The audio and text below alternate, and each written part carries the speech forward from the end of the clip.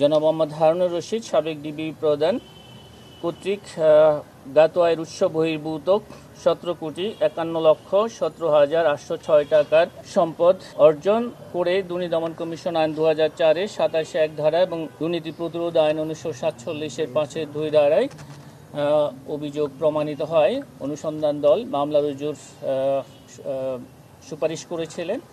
সেই সুপারিশ কমিশন কর্তৃক গৃহীত হয়েছে এবং ইতিমধ্যে তার বিরুদ্ধে মামলা রুজু করা হয়েছে। জনাব মোহাম্মদ হারুনুর রশিদ সাবেক ডিবি প্রধানের স্ত্রী শিরিন আক্তারের বিরুদ্ধে জ্ঞাত আয় বহির্ভূত সম্পদ অর্জনের অভিযোগ অনুসন্ধান শেষে 10,76,15,548 টাকার জ্ঞাত আয় বহির্ভূত সম্পদ অর্জনের অভিযোগ প্রমাণিত হওয়ায় তার বিরুদ্ধে দুর্নীতি দমন কমিশন আইন 2004-এর 27-1 এবং দণ্ডবিধির 109 ধারায় একটি মামলা রুজুর অনুমোদন প্রদান করা হয়েছে এবং ইতিমধ্যে জনাব শিরিন আক্তার এবং তার স্বামী জনাব মোহাম্মদ হারুনুর রশিদের বিরুদ্ধে একটি মামলার অনুমোদন প্রদান করা হয়েছে এবং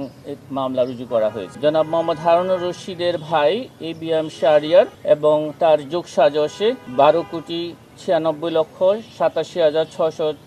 টাকার জ্ঞাত আয়ের উৎস বহির্ভূত সম্পদ অর্জনের অভিযোগ প্রমাণিত হওয়ায় তাদের বিরুদ্ধে দুর্নীতি দমন কমিশন আইন 2004-এর 27-1 ধারায় আরও একটি মামলা রুজুর অনুমোদন প্রদান করা হয়েছে এবং এই মামলাটিও রুজু করা হয়েছে।